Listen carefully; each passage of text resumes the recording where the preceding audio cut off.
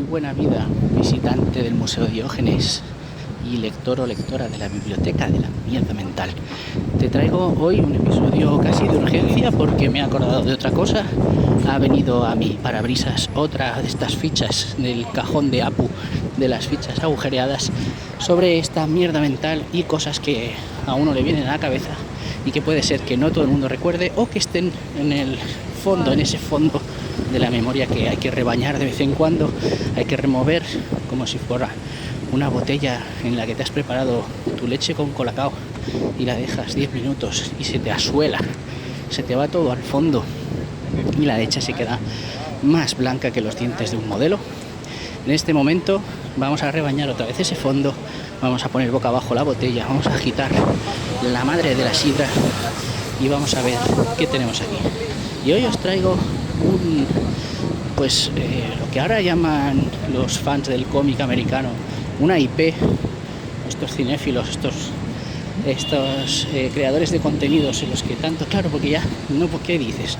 Un manga, un anime, un videojuego, es todo tan transmedia que es simplemente esto, una IP, una propiedad intelectual llamada Yu Yu Hakusho. Yu Yu Hakusho es una serie japonesa.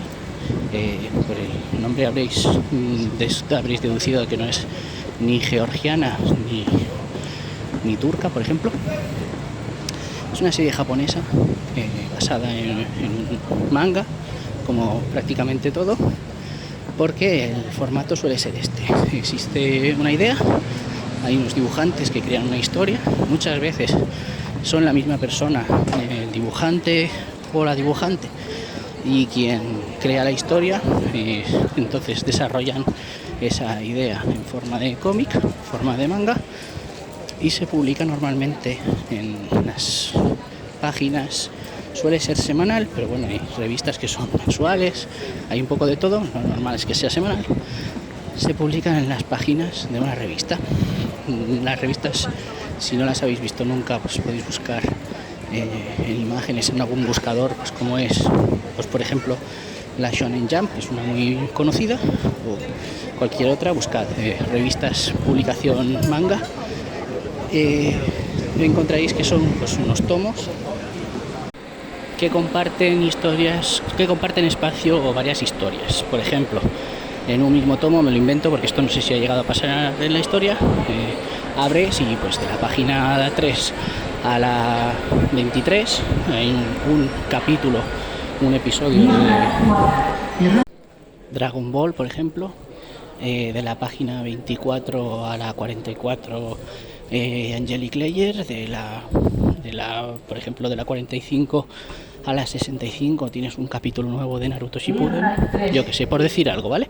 Entonces son historietas de eso, pues unas 20 páginas más o menos, que no son como nosotros las solemos ver aquí. Porque aquí cuando vamos a comprar manga, aquí me estoy refiriendo ahora mismo en España, en Europa pasa así, compramos manga y compramos lo que se llaman los tomos, los tankobon.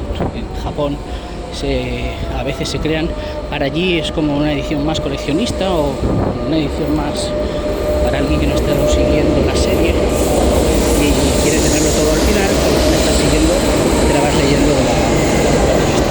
Entonces se recopilan, pues yo que sé, normalmente otros 20 capítulos que han ido saliendo a lo largo de 20 semanas y se grapan, se encuadernan todos juntos. Y estos son los mangas que conocemos aquí en Europa, sobre todo. Historias en las que tienen varios capítulos. Bueno, pues suele pasar esto, se crea la idea, se crea un manga, se pone en una revista. Si la revista funciona, si va bien, los de la revista suelen pedir a los autores que lo sigan. Normalmente los autores crean una saga que es como un arco argumental, ¿vale? Protagonista, conflicto, desarrollo de acontecimientos y resolución. Normalmente aparece algún villano, normalmente es una búsqueda, a veces es costumbrista y es pues, un curso escolar del protagonista o de la protagonista, quien sea, y se crea como una premisa y se resuelve esa premisa. Si gusta, los de la empresa que publica la revista piden más. Si sigue gustando, pues eso, se hacen estas ediciones en tankobon, estas ediciones en volumen, aparte, porque se vende aparte.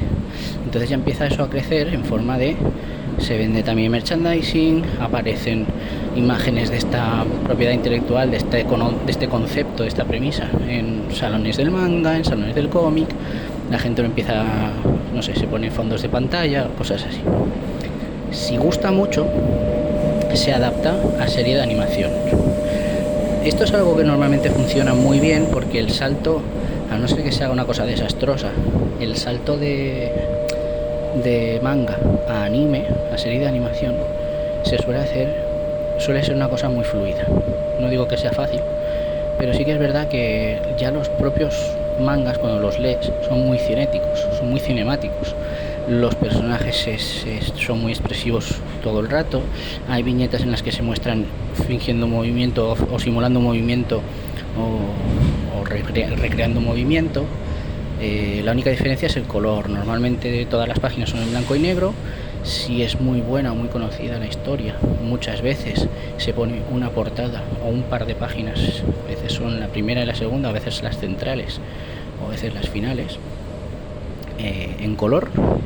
Entonces los autores ya dan un poco la idea de cómo quieren que sean esos personajes, cómo quieren que sean coloreados, y realmente si lees el manga, pues ya tiene una expresividad suficiente como para imaginártelo en movimiento, y si ves el anime, pues te recuerda muy fácilmente al manga. O sea que la transposición de uno a otro, esa adaptación suele ser fácil, con la salvedad de que muchas veces, por motivos de marketing, se empieza a emitir un anime cuando la serie y el manga todavía se está publicando. Entonces hay veces que se está acabando el tiempo de lo que ya hay publicado en el manga, y en el anime hacen lo que se llama el relleno, que es simplemente que se empieza a crear una historia paralela con los mismos personajes, o los personajes están como una especie de pausa, una especie de limbo en la que pasan conflictos o historias que no están en el manga, que son nuevas.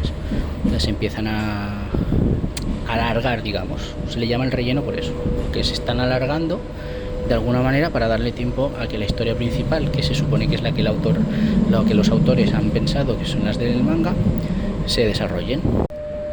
Bueno, pues así es como funcionaría en general, ¿no? Grandes rasgos, una serie crece, todo esto que conocemos, que son las más conocidas que han llegado hasta nosotros. Bueno, hay que tener en cuenta que el salto desde Japón al resto del mundo no siempre es fácil, pero las que más éxito han tenido y han llegado a traspasar, pues esto: Dragon Ball, Naruto, Bleach, Death Note, bueno, hay un montón. No me voy a poner, he dicho las más conocidas. Videojuegos. Me han encantado siempre. Me han gustado mucho los videojuegos, y es algo que, como muchas otras aficiones, ya lo he contado más veces, tengo una afición pero no la desarrollo. Pues, me han gustado mucho los videojuegos, pero por lo que sea, pues no juego mucho. Mira si di por saco, porque di mucho por saco, que al final conseguí que me regalaran una Game Boy, ¿vale? Era yo chiquitico y venía en un pack, el famoso pack de la Game Boy, con el Tetris y el cable Link, que luego, ¿para qué sirve eso? Para nada, para jugar a dobles con alguien al Tetris. Es lo único que puedes hacer con ese cable. Bueno, pues ese cable, que estuvo guardado mucho tiempo cogiendo polvo, luego resulta que todo el mundo quería uno para pasarse Pokémon, porque luego el cable lo vendían aparte. Pues a mí me venía el pack. Y unos auriculares que, por cierto, aprovecho para decir que son los que mejor sonido, o los que mejor calidad, o los que mejor sensación he tenido en mi vida. Pocas veces he sentido esa sensación de oír tan bien algo con unos auriculares como los de la Game Boy, ¿vale? Hablo de la Game Boy del principio, no la Game Boy Pocket. Era tocha, funcionaba con 4 pilas y no estaba retroiluminada, o sea que, bueno, era lo que había. Pero eso, tenía el Tetris, aunque es un juego que siempre me ha gustado mucho y siempre me ha apasionado, y llegas a un nivel de meterte mucho en el juego y de buscar estrategias y de dar vueltas y de tenerlo en la cabeza y de soñar con piezas que caen y tú las colocas, les das vueltas, haces giros imposibles.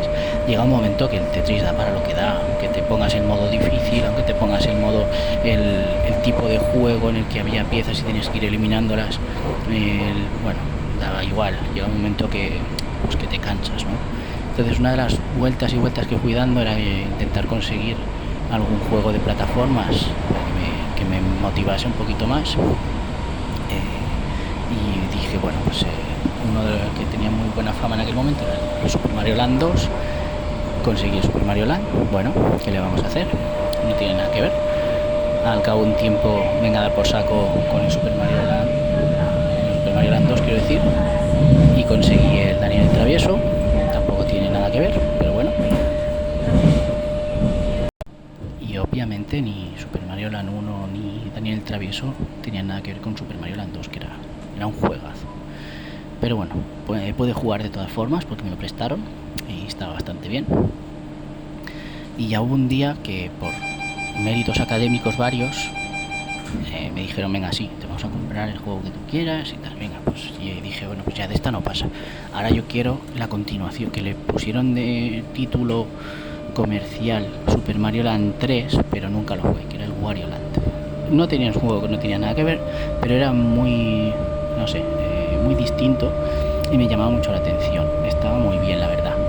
Yo estuve jugando mucho tiempo. ¿Por qué? Porque me lo compraron, pero no estaba en ninguna tienda, era imposible encontrarlo. Me le dimos vueltas y además coincidió que eran eso, fiestas de fin de año, no sé si sería Nochebuena o Nochevieja. En mi casa, como en muchas casas de España, se celebra la Nochebuena, que es la noche de cuando ya falta la última semana del año, y la Nochevieja, que es la última noche del año. O sea que...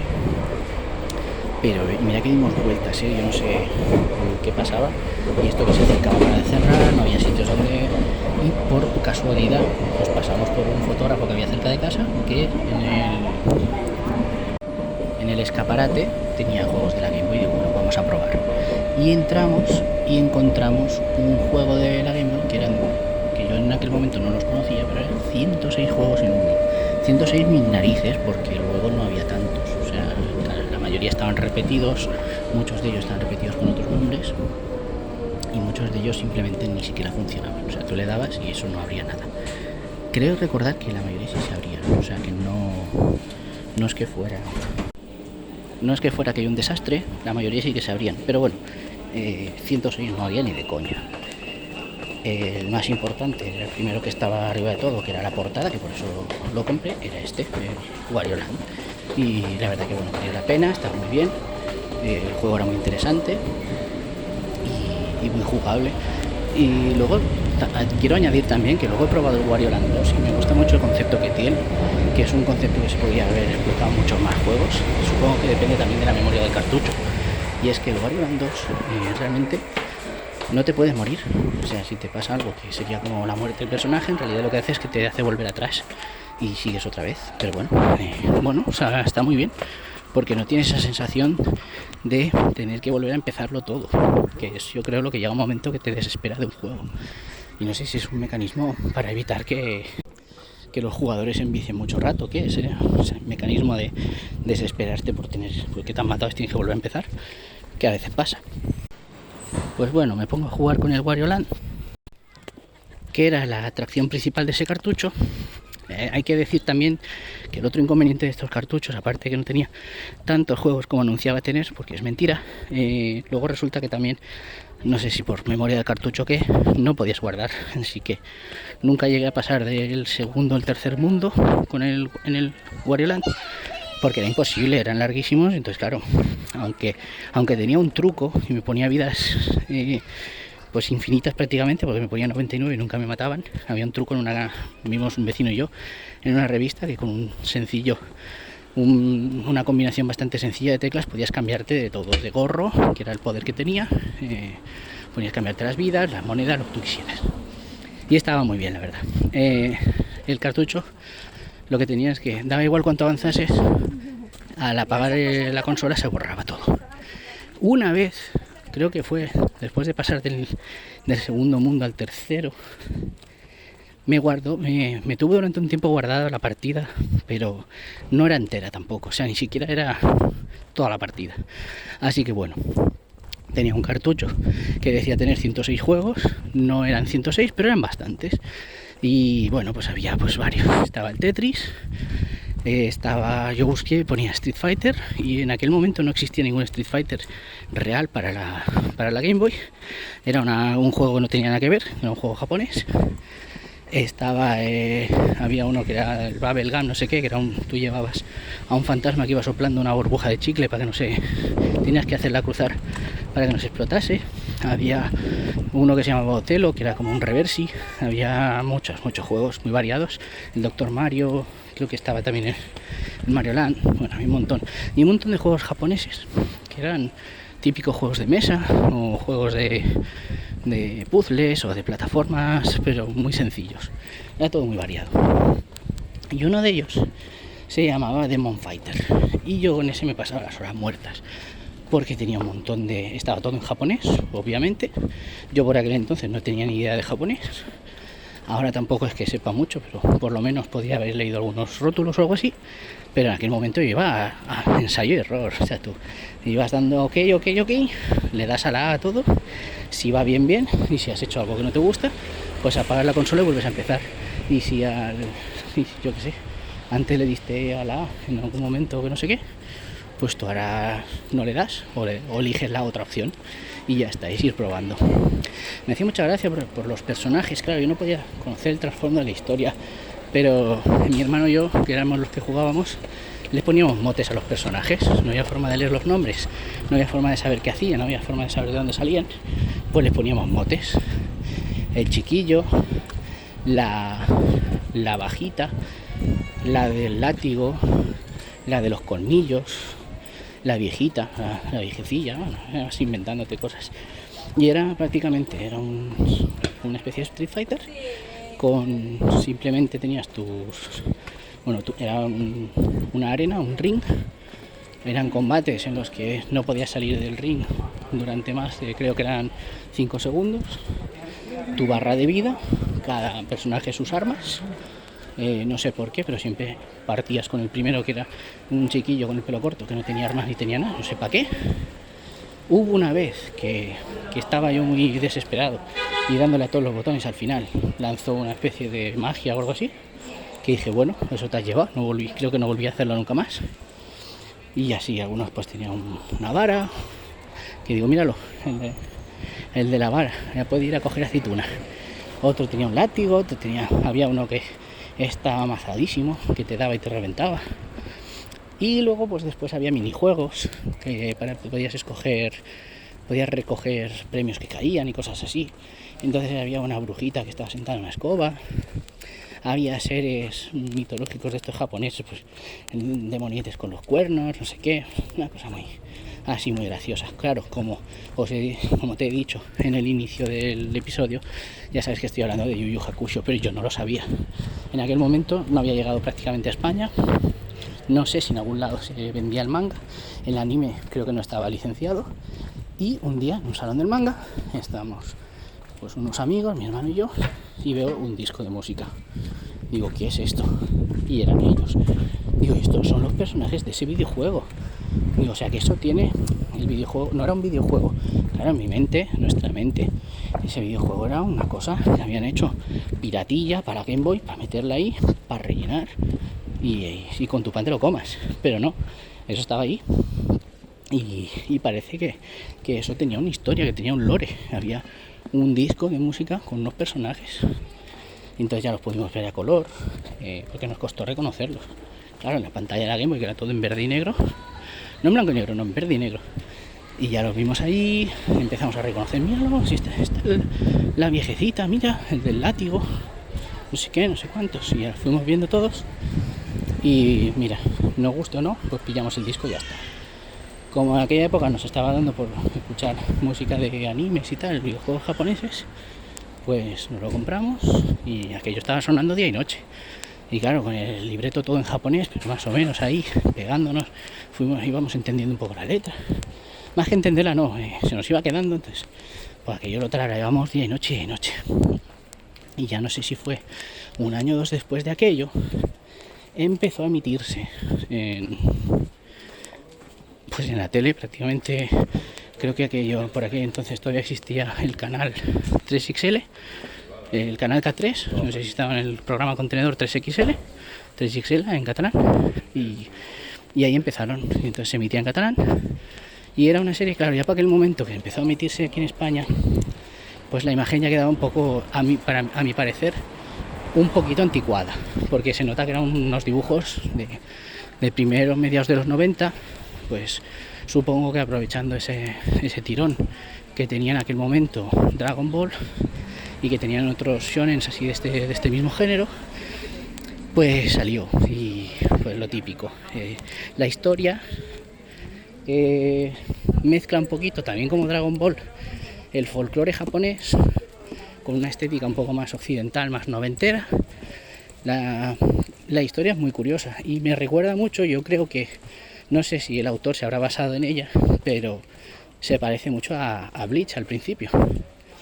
Y es un chico, sale del instituto y muere atropellado, porque en ese momento pues iba a salvar, creo que iba a salvar a una chica, no sé si iba a salvar a la que es su novia. Yo empecé a verlo hace poco, volví a verla, está en YouTube, en YouTube doblada al catalán, está entera, pero no sé exactamente si sigue o no. Yo empecé a verla hace unos años, pero bueno, el caso es que el muchacho ve a la chica, está a punto de ser atropellada, se lanza y la salva, la empuja. Claro, si ahora lo vemos hoy en día, salta mucho a la vista, aunque el anime japonés sigue siendo muy así, los tópicos de la chica en apuros, las chicas que en realidad solamente están para demostrar que son muy vergonzosas, quejarse mucho y poco más, y son personajes muy poco desarrollados, a no ser que sean luego los que diré después, y eso, que son salvadas siempre por el protagonista. Entonces el chico muere, cuando llega al otro mundo los que están allí deciden que no puede morir todavía porque ha sido bueno y porque seguramente puede hacer algo bueno en el otro mundo. Entonces lo regresan, pero ahora tiene pues eso, el poder de ver el otro mundo, interaccionar con los espíritus, con los demonios y tal. Y pues os lo podéis imaginar, pues si ahora ha pasado no sé qué en el otro mundo y hay un problema con los demonios, a ti que no te conocemos de nada y que acabas de descubrir que tienes este poder, te vamos a mandar al otro mundo y ahí te entrenaremos y ahí lucharás con ellos a mano desnuda prácticamente. Y allí conocerás seguramente un personaje femenino que será más extrovertida que la que tú conocías, que seguramente el dibujo sea más atrevido y esté mucho más vistosamente vestida o use algunos poderes o no sé qué y tenga muchísimo más carácter, y sea todo lo contrario de aquella que tú conocías en otro lado, y que si en algún momento se conocen, pues la otra la mirará con cara de enfado y dirá: ¿quién es esta? Ya sabéis, los 90 y los 2000 y los 2010 y los 2020, si esto va así. Pues eso, ahora mismo Yu Yu Hakusho es una propiedad intelectual, es un contenido que se vuelve a poner de moda porque Netflix ha dicho que va a sacar un live action, una serie de acción real que muchas veces puede salir muy mal, otras veces puede salir regular, otras veces puede salir mal directamente. Luego está el caso también de One Piece, por ejemplo, el live action de One Piece. Yo no he visto la serie original, el anime, ni me he leído los mangas, pero a mí como serie me funcionó bastante bien. En 8 capítulos te dan un lore bastante resuelto. Yo no me he quedado con las ganas de saber nada. Sé que faltan muchas cosas y bueno, he podido ver que hay un desarrollo de los personajes, me ha enganchado muchísimo. Es posible que ahora, pues a raíz de esto, pues me ponga a ver también el resto de contenido que hay, o no, ya veremos. ¿Y qué pasa con los live action? Pues a ver, hubo un momento que eran el oscuro objeto de deseo. Era ese, vale, conozco la historia en el manga, ahí están quietos. Conozco la historia en el anime, ahí se mueven. Pero estaría guapísimo que esto pasara de alguna forma en la vida real. Y la forma más cercana de mostrar algo en la vida real es pues que lo hagan actores reales. Con el avance del tiempo y con las mejoras de los efectos especiales, cada vez es más factible. Yo, por ejemplo, la película de Bleach del live action, pues bueno, me gusta que decidieron hacer una saga muy cortita dentro de esa película. Me gusta que esa película no intenta abarcar todo lo que es la serie, ni mucho menos. Entonces es una cosa como muy cortita. Argumentalmente se nota que la han podado para que no se pasen de listos. Luego ya, pues evidentemente tienes las limitaciones de que el actor, por mucho que imite al personaje de anime, nunca se va a parecer igual nunca va a ser igual, y va a ser distinto y va a tener sus formas. Entonces, bueno, yo me conformaba con que no fuera un maquillaje y una peluquería totalmente estrafalarios para parecerse al del cómic. Un poco lo es, pero tampoco es exagerado, y la historia se puede seguir. Luego está, por ejemplo, el live action de Death Note de Netflix, que como película en sí, por sí sola, a mí me gusta bastante, pero se salta muchísimas premisas de la serie original, que eso pues no tiene ningún sentido. Ponle otro nombre o invéntate otra historia. Y luego los live actions asiáticos de Death Note, por ejemplo, parece ser que hay alguno que está un poco mejor, otro un poco peor, no los he visto nunca, pero es algo que tiene siempre un cierto riesgo. Esa masa de fandom de gente que quiere ver cómo su personaje favorito en realidad es de carne y hueso, supongo que por sentirse más cercanos o por que no les dé tanta vergüenza decir que se han hecho una paja con un personaje dibujado, sino que era real. Bueno, pero por mucho que sí que es verdad que la forma de dibujar anime y manga es tan grotesca normalmente que es muy difícil que una persona real, por mucho que lo finja, imite eso. Luego también hay que entender que los actores japoneses muchas veces son muy estridentes, entonces, bueno, queda todo como muy artificial. Sí que había algunos, pues lo que digo, que hay algunos que están mejores, otros que están peor. También depende un poco de si la productora tiene el apoyo de alguien que sabe de qué iba la historia y te está diciendo, por favor no hagas esto, que es una chorrada, por favor no hagas esto, que queda mal. O si hay gente con criterio que te puede decir, o si no hay gente con criterio, simplemente suena a una productora y la productora dice, sí, voy a hacer lo que yo quiera, me invento una historia, hago todo que sea como muy chorra, y entonces quien lo ve lo que sufre es vergüenza ajena. Live action sí, live action no, pues no sé qué deciros, no sé qué decirte, la verdad, visitante del museo, porque luego está también en los casos de Disney. En los casos de Disney hay muchos live actions que no aportan absolutamente nada, porque simplemente es la misma historia vuelta a contar otra vez, solo que con mucho CGI y con unos actores que tampoco es que acaben de ser de aquello muy expresivo muchas veces. Te pesa siempre el que ya tienes una historia que ya está contada, entonces, bueno, si no vas a hacer nada mejor con ella, mi sensación siempre es que la habéis repetido para sacarnos el dinero, para hacer negocio una vez más. Y si es peor, pues ¿para qué la has hecho, no? Entonces no sé, yo he visto casos, por ejemplo, La Dama y el Vagabundo, o quizá La Sirenita, quizá La Bella y la Bestia, que bueno, como películas en sí mismas no están mal, funcionan bien, y bueno, tampoco han destrozado mucho al original, y lo que han aportado, si es que han aportado algo, pues igual sí que suma un poquito. Pero luego hay algunos, como por ejemplo, yo que sé, El Rey León, que me sobra todo, ni siquiera, o Mulan, que bueno, sin más, pues la vi, me pareció medio normal, pero tampoco pensé que fuera necesario hacer todo eso, porque realmente la acción real de Mulan es totalmente no, pero es muy diferente a la original, y tampoco se acerca al original, digamos, al relato en el que se basa la de Disney. Así que bueno, lo habéis hecho pues porque os lo han pedido realmente. No se le ve detrás el alma de un creador o creadora, de alguien que esté sumando ahí, ¿no? Así que bueno, aquí tenemos esta historia, Yu Yu Hakusho. Te recomiendo que le eches un vistazo al manga o al anime, porque por si te interesa. El anime creo que son 126 capítulos de 20 minutos. Como todos los animes, pues igual a lo mejor te lo ves y te interesa ver y ves la primera saga y con eso es suficiente. O si te gusta mucho, pues igual sigues, porque esto ya te digo, funciona por sagas. Acaba un objetivo y cuando hay este pequeño descanso de hemos vencido al malo, pues aparece otro malo. Si te llama la atención el juego de la Game Boy, no está nada mal, es de eso, de los años 90, no me fijo en la fecha, creo que es 92 o 93, es una especie de Street Fighter, Es bastante dinámico para lo que eran los juegos de la época, si te gusta el retro.